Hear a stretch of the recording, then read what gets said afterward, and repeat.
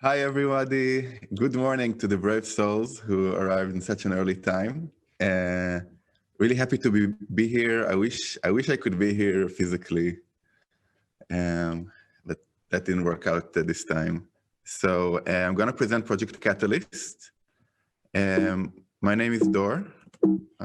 Sorry. Yeah, my name is Dor Garbash. I'm the product manager for Project Catalyst. For many years, I've been working on decentralized governance and collaboration software, and building like 4 different collaboration tools. And before starting working in IOHK, I was the lead product manager for DAO Stack. So it's one of Ethereum's leading governance frameworks. So what is Project Catalyst? Let's put in context. So you might know about these. Cardano has these different eras where they launch different technologies, and Voltaire is everything related to decentralized governance. Basically, how the system is going to sustain itself over time and evolve itself, directly governed by the community and not by a centralized organization or a small group of people. Part of Voltaire is Project Catalyst, and that is all about governing the treasury. So Cardano has a treasury. It's basically a commons, a pool of funds, and the question we're asking ourselves is, well, how can decentralized innovation work in a fair and impactful way in order to get this, basically manage the treasury in an impactful way? So how does it look like? So you can see here on the graph, you have these different phases. So the first one is an innovation phase. And this is where we invite people to make proposals. And the objective of this phase is, how do we generate the best proposals, what to do with this treasury, with the funds? Then we have the governance phase, and its objective is, how do we make good decisions? So of all these amazing proposals that pour in, how can the community make the best choices, place the best bets on the best proposals that are gonna promote the blockchain? And the third one is execution. So how do we ensure, what can we do that once these proposals are funded, they're actually executed to produce this ROI, this treasury ROI. So of course, this is like a very big contrast to how centralized innovation works, which is usually slow, expensive, and risky. So the proof, of course, the proof here is in the pudding. We know that 52% of Fortune 500 companies has disappeared in the last 15 years. So, I would imagine that if this wasn't the case, a much larger percent would survive. Also, any sort of regular company, any centralized innovation process has a hard time to pivot. You need consensus. It's slow to hire people, risky to fire people. Research shows that in large companies, there's about a 75% failure rate for innovation initiatives, and running ideation, decision-making, execution, innovation programs are all very expensive. On the other hand, Catalyst funds, basically these little treasury experiments, governance treasury, we can run hundreds of experiments a year, launch hundreds of pilots and products. We can mobilize thousands of people in weeks.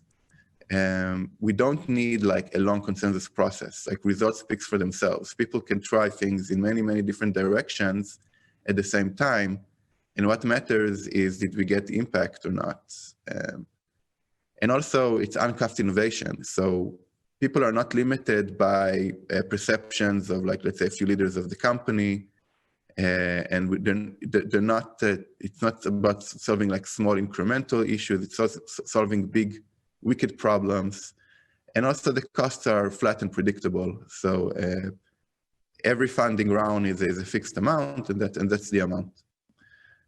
So Another important trend to look at is, this whole new generation of millennials and what they want. So you can look at this chart and you can see that, millennials are unhappy with, let's say, like traditional hierarchical structures. When you survey people and you try to understand why people are unhappy, why they're leaving their job, why do they want to change.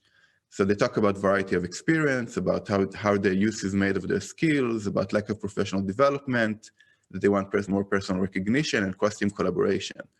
Of course, in decentralized collaboration, this is way more adaptive to what people would like or find meaning. So, but then a question like, what do you mean? Like what is this thing, crowds and crowd innovation and decentralized innovation? So we have many, many instances where this have been really successful. From Amazon Prime, started from just a bottom-up idea. From Netflix have improved their recommendation algorithm by asking the global community for a solution. Deutsche Post, Continental reporting, making either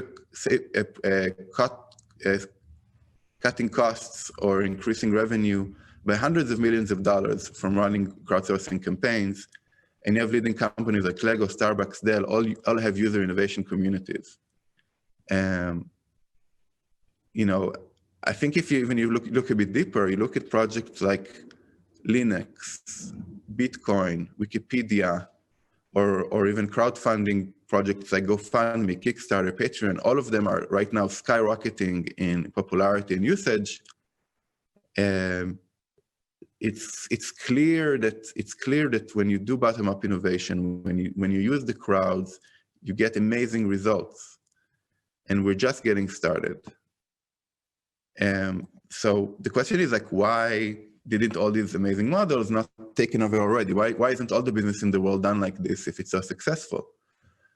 So first of all, a lot of these crowdsourcing campaigns were limited because they were only asked to make small incremental innovations, some like design a better shoe. Another one is that in the end, they were not the people making the decisions about which ideas to implement or fund. It was a small group of executives, and these executives were a bottleneck. They don't have time to make all these decisions. They have their own company decisions to take care of. Another one is the lack of execution capacity. So like, who's going to actually try and build all these ideas? Like all the employees of a company are usually 100% or 90% taken with existing projects. So there's not a lot of room for outside ideas. So with the model we're trying to, we're basically solving all this because we're giving uncapped innovation. So really wicked hard problems where the sky's the limit that have a big strategic impact. The decision-making and the review system is all based on the community itself, so it's scalable. And for the execution, the community itself executes, so we have thousands of contributors. And lastly, I didn't talk about the most importantly, the incentives. So in regular crowdsourcing models, the incentives are like a trophy or some kind of a trinket. But the treasury, the Cardano treasury controls about $72 million worth of ADA every year. So there's lots of incentives for people to participate. So how did we go about this? So we're iteratively launching small governance experiments that grow in size and amounts controlled. We started with Fund Zero, which was just a proof of concept with 5 people. And they were only making decisions on existing proposals that we kind of like pre-submitted. Our next version, Fund One, we were working with 50 pioneers who were also running their own innovation process where they were producing the proposals and governing them. Still no real funds governed. 2 weeks ago, we launched Fund 2 that controls $250,000. that involves all the stages: governance, innovation, execution. And of course, pending the outcomes, we'll continue with Fund 3, 4, with increasing numbers of participants and funds under control. So how does it work? How does Fund 2 work? So funds are deposited into a rewards account. A challenge is set. We launch the different phases: innovation, governance, execution. Once decisions are made, the rewards get distributed. And then we track in the execution phase, we track the outcomes and measure the results. What concrete outcomes did we get? The challenge that was chosen for Fund 2 was, how can we encourage developers and entrepreneurs to build apps and businesses on top of Cardano in the next 6 months? So this is like a short-term, very concrete, measurable challenge, and this is why we picked it. So we're measuring the ROI for this fund. So usually you say ROI, you mean return on investment, but we mean return on intention. And we're asking ourselves, did our efforts manage to attract developers and entrepreneurs to our ecosystem? So we track how many developers did we attract, how many entrepreneurs, how many dApps, how many businesses. And we use reporting from funded proposals, on-chain annotations, surveying new users, and other growth metrics to track these metrics. For the community itself, there are many ways people can participate and contribute to the fund. The first is being an innovator. So create a proposal. 80% of the rewards, of the entire fund, goes to proposers. And then you have community advisors and deciders, so people who provide reviews and assess the proposals according to well-defined criteria. And then the voters have a voting app, an iOS, Android app, where they can choose which ideas they wish to fund. And then you have another group of implementers. So these are people who join forces with the innovators to execute the proposals in a high-quality way. So how does the innovation phase look like? We started 2 weeks ago with the challenge exploration, where people shared perspectives about the challenge. So we reflected about it, and people shared anecdotes and the call for proposals, and shared their unique perspective. So we didn't jump exactly straight into solutions. We started with analyzing the problem and understanding it better collectively. And now we're in the submit idea phase, where people submit their ideas, and then there's a week where people give feedback and refine to each other. Then there's another week for the proposers to really reflect on all the feedback they received, and they can modify their proposals, and also team up and merge proposals together. And then there's a review phase where reviewers review the proposals. After this, there's a governance phase. So all the proposals go into are placed registered in the blockchain. Voters register also through the blockchain, and people can access a voting app with a unique QR code containing their voting credentials. And then they can browse through the list of proposals along with their review scores and make their decision. And they can also access the proposals in detail in an innovation app, a platform called Scale, which we partnered with. In the execution phase, and here what you see is, this is the results from Fund 1. We just got them yesterday.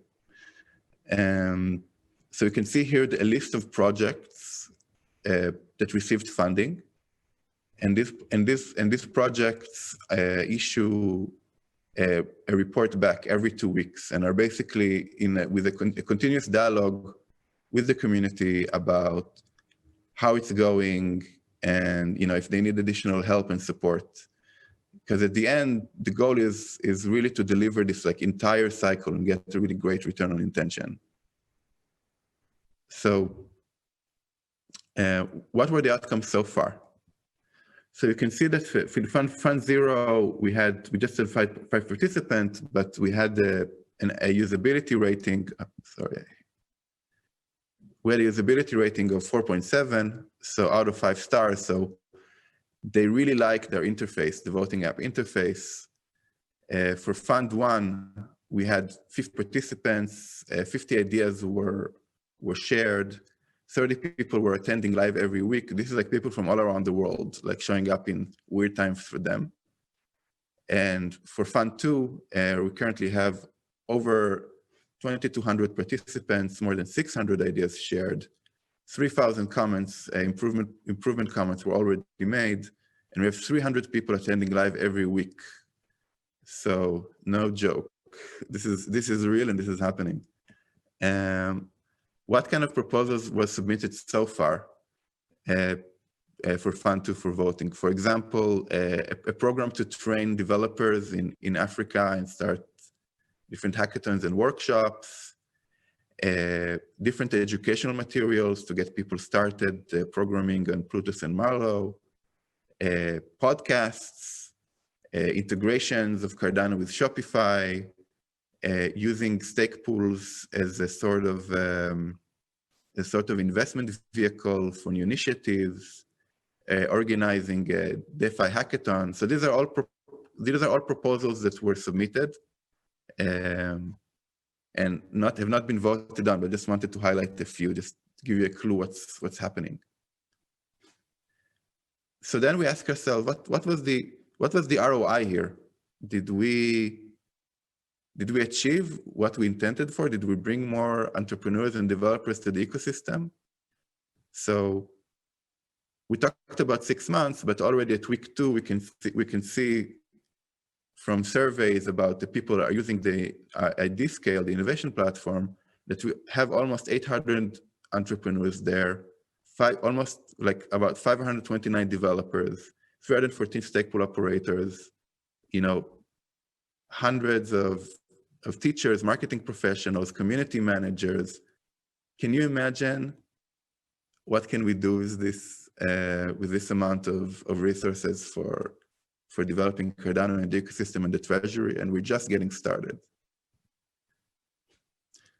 So to conclude this short presentation, I wanted to talk to you about how can you get started and also get involved. So there's two ways. One is that you can be in touch with Tom, our business development lead, if you want to start your own experiment using Catalyst. So it's not just the Cardano community can use it, any organization can use it, can use this system and participate. So to be in touch, and if you're a good candidate, we'll be happy to work together. Another thing is for all of you developers and hackers and entrepreneurs who actually want to participate and contribute, you can join Fund Two following this link here. And lastly, if you want to learn more about Cardano in general, go to cardano.org website where you can see.